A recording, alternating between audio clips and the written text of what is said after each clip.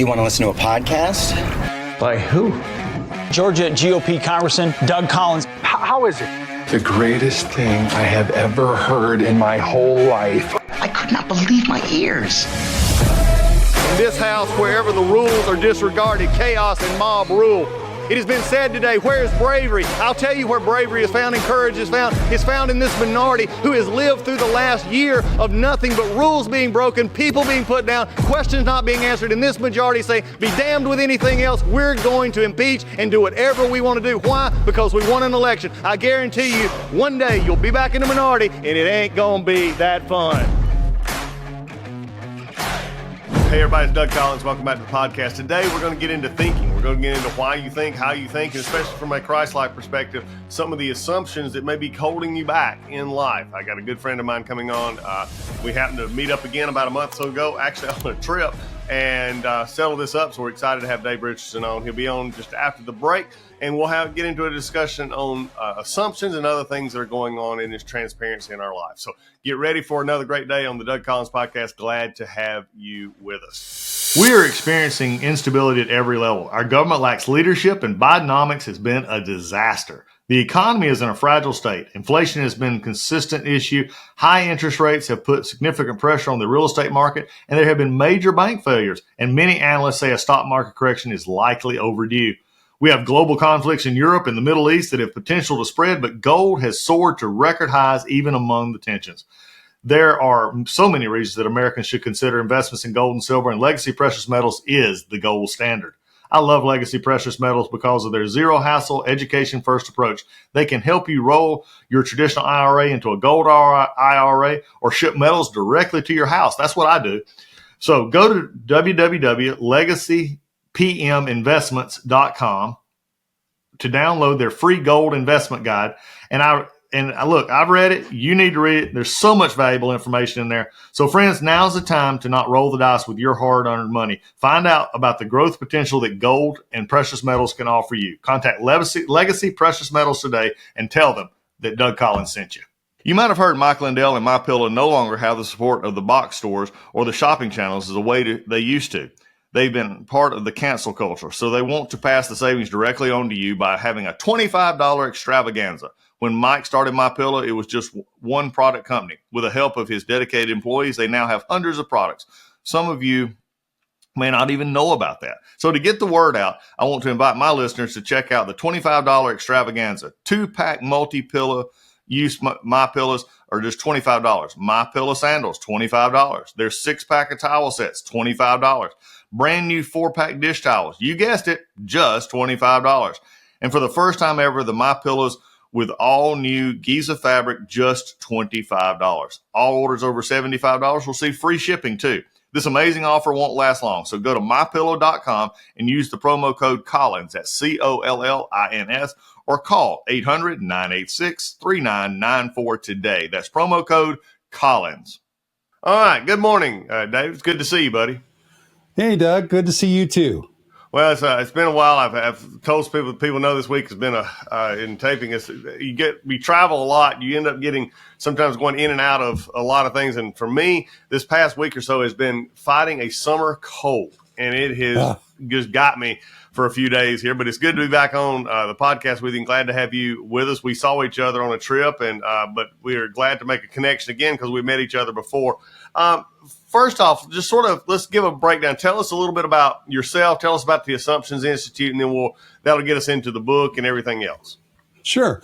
Well, I started Assumptions Institute about 9 years ago. It was after being on the staff of Campus Crusade for Christ, which is now called Cru, for about 30 years. Most of my work during that time was, oddly enough, with university professors. Never really worked with students. I actually worked with their teachers. So I was down at Georgia Tech and Emory and many other of the universities here in Metro Atlanta, as well as around the country and around the world. And so I have a real good sense for how the powerful world of ideas works. And one of the things I was trying to do is figure out how to get professors who are Christians to talk about their faith not just in their offices, but in their work, in their teaching and research, those kinds of things. And along the way, developed a very simple, transferable way of teaching them how to connect their faith to what they do. And that resulted in my book, and it resulted in me eventually creating a whole organization around a very unique method that I've developed that helps people figure out for themselves what's true, what's not, and how to connect truth from God in the Bible to real world issues and situations. Okay. Well, you and excuse me, still have a little bit of hanging on. If anybody wants to learn more, let's just get that out in front of the Assumption Institute. You can look him up online. He's got a great website, Learning to Discern. And it also leads into the book Transparent, which you just mentioned. And there's the powerful assumptions. And on the website, I wanted to just sort of dig into this as we go forward. It's talking about, you talk about assumptions that control us. And I think that's so relevant, whether it's in our faith world, a political world, or our life world. It's those assumptions that we may have had from early on, or it may have been made through the bombardment we get of inputs today. But you made an interesting comment on the website has an interesting comment. It says even atheists are religious at the level of their assumptions. Oh yeah, absolutely. Talk about that for a minute. I've had many conversations, obviously, with atheists. In fact, I did my research when I was doing my postgraduate degree, studying atheist and agnostic professors. Did hour-long interviews with them. But one of the interesting things is that, all you have to do is spend a few minutes with my 5-year-old granddaughter, and you'll find out that you're not an all-knowing person. Because she asks, well, why is that? Well, it's because of this. Why is that? Well, because of that. Well, eventually you reach the limit of what you know and what you don't know. And when you reach that limit of what you know and what you don't know, you have to assume something to be real and therefore true that you don't know. It's not that we don't assume. We all do. It's not if we do it, it's how we do it. And what are you assuming is the nature of everything? And, you can start off by thinking it's just all physical stuff, or it's all just non-physical stuff, or you can assume that there's a creator and a creation, that there's actually two distinct realities, and that's the nature of everything. But the thing is, these are things we don't fully know, and really can't. And so they're the things that we don't question, we can't prove, and they're the thing we assume. And how do you make an assumption? It's the thing you don't know. It's the thing you trust. Right. So that is your actual faith commitment. I've done this with atheists many times. And once they finally figure out what I'm saying, their eyes are wide and their jaws are on the floor. So, wow, I guess I am a person of faith, just a person of different faith. They're putting their faith in something different. Well, you're hitting on something there that I think, because I was sitting here as I was listening to that, and I've done the same thing with people, and it's very frustrating to go along because they are making an assumption, but they're making their assumption. They're claiming faith is an abject object that can't be assumed, but yet they're saying that the very thing that they assume is all knowing as well. And so they flip the switch on. Some of them would flip the switch on us and say, well, you don't know for a fact this is your assumption too. Have you ever run across one smart enough to turn it back on that? Oh no, never. Because what you do is you just push them to the limit of what they know and they don't know. And when you reach that limit, every person does this. Every person ultimately has to assume something about the nature of everything that they don't know. A person that says that it's all just physical stuff. There's no God, there's no angels, demons, any of that spiritual stuff. That's not real. That's not important. When they make that claim, they don't know that. They trust that. Because is it possible that something non-physical like God might exist beyond the scope of your knowledge? Unless you're all-knowing, which you're not, of course. Right. So the only way you can eliminate that possibility of something spiritual being beyond the scope of your knowledge is if you had access to all places at all times, which you don't. So you don't know that. You trust that. You assume that. And it's the thing you do not know, do not question, because if you question that, you can't make sense of anything. It blows everything up. So, when people start getting defensive when you're talking with them, it's because you're getting close to that thing that you cannot question for them. You're questioning the unquestionable. It's the thing you don't question, you cannot prove because it's not provable. Right. You can't get access to all places at all times, for instance. And it's the thing you trust. It's the thing you assume. Yeah. So basically what you're getting at here is the assumption, because the reality, is faith is, is, as we speak of in the Christian faith all the time, is, is evidence of things unseen, that kind of old issue. And it's interesting enough. Do you ever have in your conversations, because I've always said there's two types of atheists. There's an honest atheist and a non-honest atheist. An honest atheist Exactly. believes that they don't know everything and they just choose to believe this. And a dishonest atheist says, I'm right. And, assumes that they know everything. But have you seen, when it comes to the fact that they, from that perspective, taken into the faith perspective, how much have you seen resistance to then take the assumption that they've left in being that there is no God, there is no other being, to there is a being, there is a God? Or is it still sort of left in limbo that they just now realize that they're not honestly right? Yeah. Most of the time, that's the issue, because, again, the nature of a core assumption, like what I'm talking about, is the thing that you really can't question, because if you do, it leaves you in a place where you can't answer anything. You can't explain anything. It's the point at which a person converts to a different understanding of the world. If they're an atheist, converting to believing that there is a God who made everything. That's not a question of rationality. That's a question of the will. Right. I want to be the guy that's in charge of my life most of the time. And so I'd rather leave things with the status quo so I don't have to answer to somebody else who may have made me and has something to do with me. But I have had some professors, and there's one in particular that I'm thinking of. It was an English professor at a university here in Georgia who learned this technique for using my critical assumptions test as a critical thinking tool and technique in her classes. And she was not a Christian. She was a progressive feminist. And she was looking for a way to dislodge her Christian students and move them to a more enlightened understanding of the world.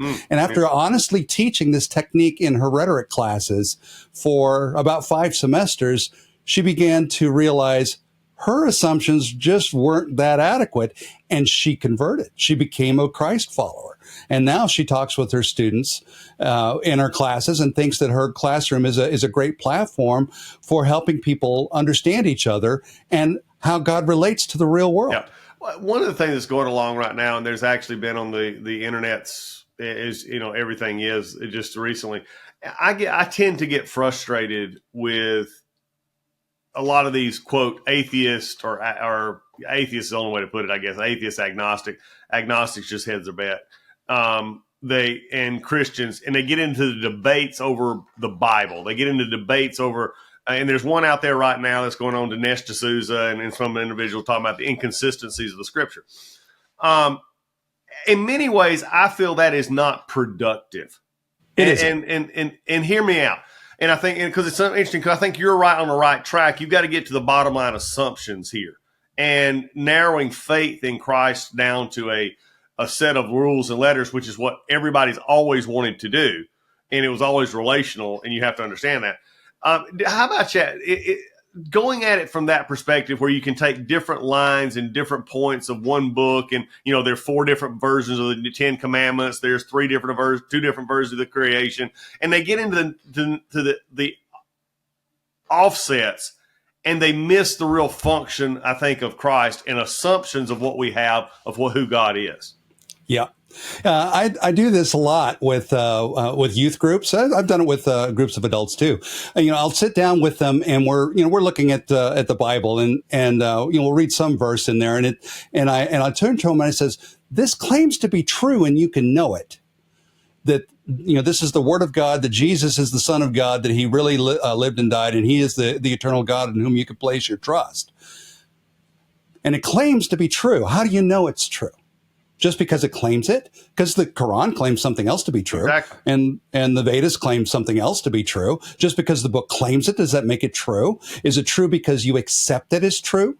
Is it true because you believe it's true? That's not what makes it true. It's because people have lost an understanding of what truth is in the first place. I start with the very basic teaching that True things match real things, and real things are true. If it isn't real, it can't be true. And the reason that the Bible is true is because it talks about real things that happened to real people, including a guy named Jesus who lived 2,000 years ago, walked this earth, lived, died, and rose again. If that didn't really happen, then what is the Bible? It's nothing more than a collection of moral tales like a Greek epic or a wild adventure like a Harry Potter novel or something. But it's nothing worth giving your life to. But if it's real, if it really happened, it changes everything. So it's not a question of is it true? The question is it real? Yeah. And people say, prove to me that God exists. That's the wrong question.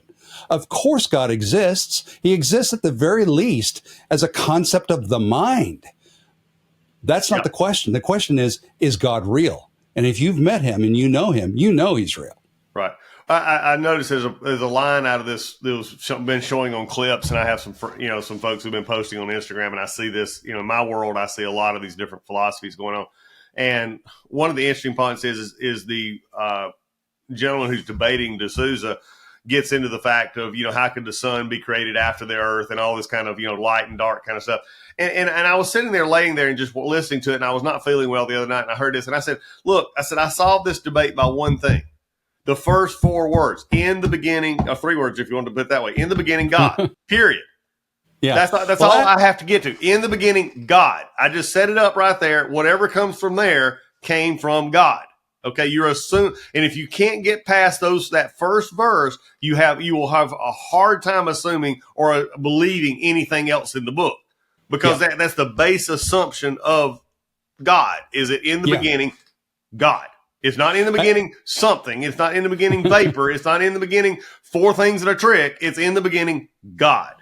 Yeah, yeah, and actually, it's the 4 words. In the beginning, God created. Yeah. Because what that shows is that there's not a single reality. That in fact, there's God, and then there's the creation. And they're 2 distinct realities. They're not the same thing. God is not the universe. The universe is not God. You can tell them apart. And that's the core assumption that all Christians start from. That is, and you hit it right on the head. That is the core assumption. And the only way we know that is because God revealed it to us. We live in this created reality, and we can't get out of it to see what it's like completely. And we only know it in part anyway. So what we know about God is what he's shown to us. And that's the very first truth in the Bible. In the beginning, God created. There's a creator and a creation. And that's, if there's 2 things, then God is the source of everything in this created world, including us. Yeah. Well, and that's the whole part. You got to go back, everything has a beginning. Yes. And I think that's the whole part. And where does that beginning? Well, if you have a beginning, and then you really want to hurt your mind, really, literally, you sit there and think about it. Everything has a beginning. Well, who started the beginning? And then it just blows your mind at that point, because God is infinite. And right. The because he's distinctly different from all the created things. Exactly. So he's the one that's self-existed. He's the one that's always been. Anything in this created reality hasn't always been. He's the source of it. And so you can more easily understand those kinds of things if you know that there are 2 realities, not just one. Right.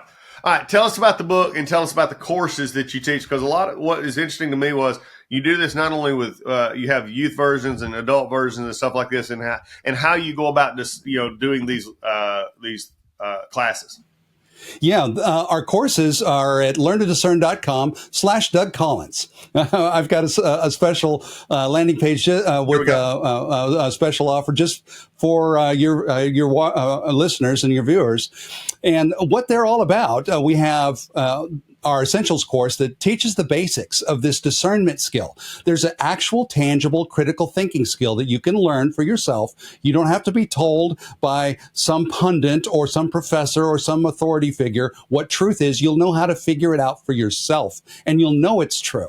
And what I'm focusing on is not complex arguments, sophisticated ideologies. You might want to learn those things one day, but I'm focusing on the simple assumptions that make those arguments possible. If the assumptions are true, then probably what you're being told is true.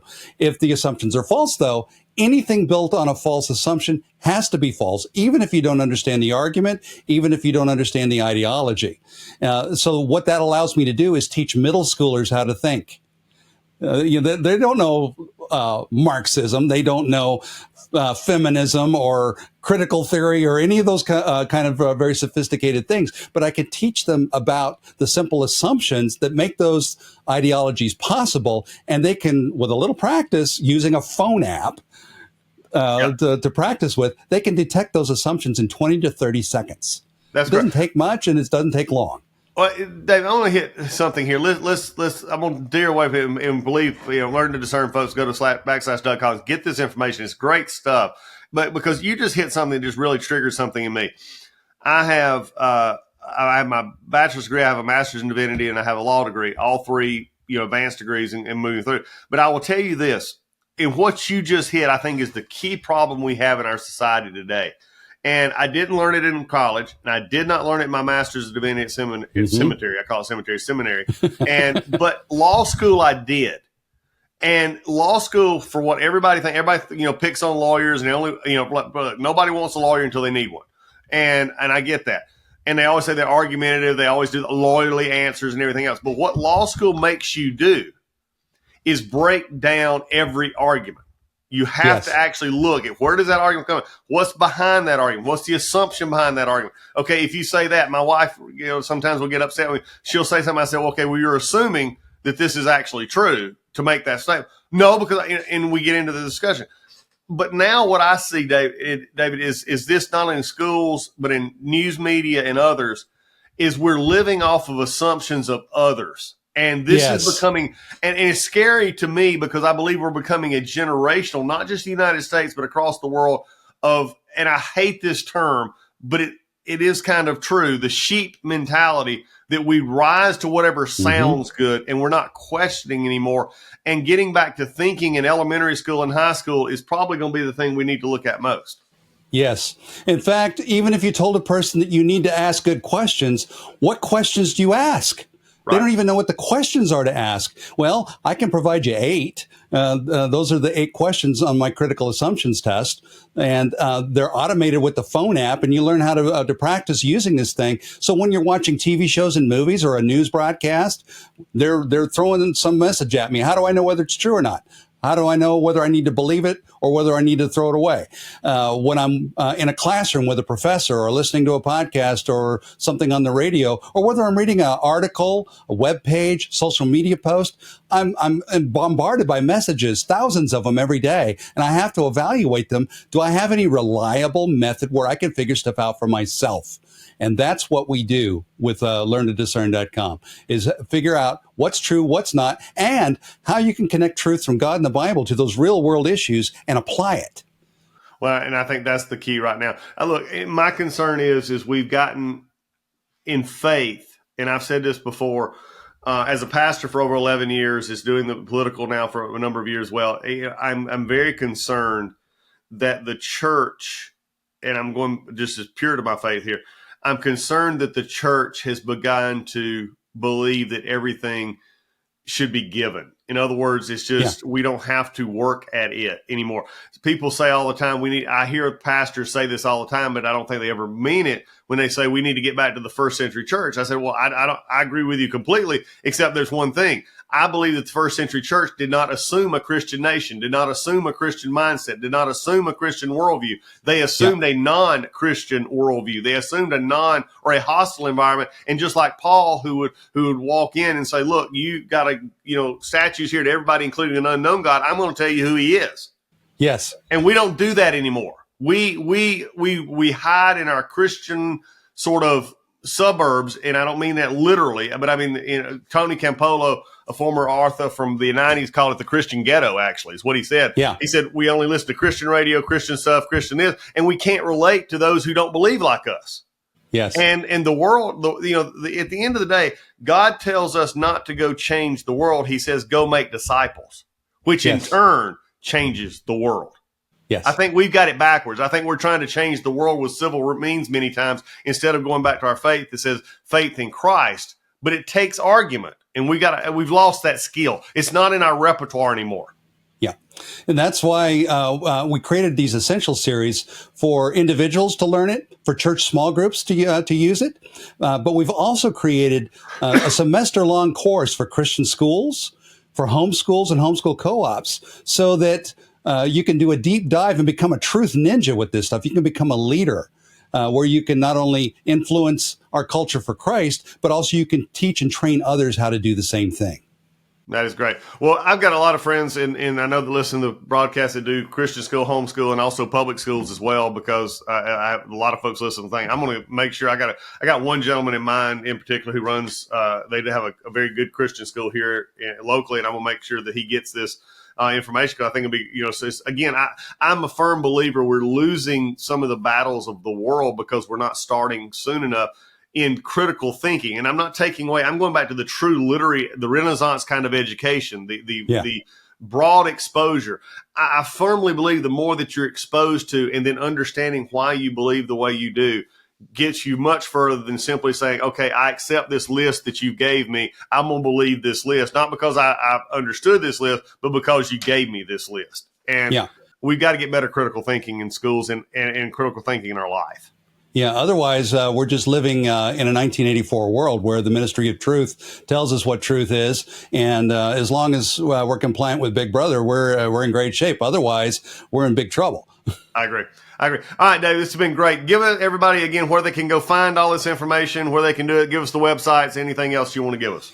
You bet. You go to learntodiscern.com/Doug Collins for all of our training courses, to be able to download the app.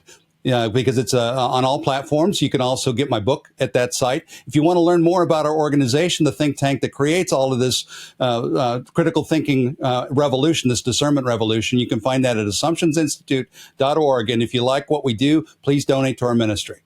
Outstanding. Folks, go there. Look, this has been great. David, I've enjoyed this a bunch. It took us a little bit to catch up with it, but we did, and I think it's a good time. Looking forward to people finding out more about you, and I am as well, in looking how we can work together in the future, okay? Thanks, Doug. I really appreciate you having me on. Outstanding. Thanks, everybody. Folks, that's it for the Doug Collins podcast for starting this week. Go out, have a good one, and we'll be back again with you very soon.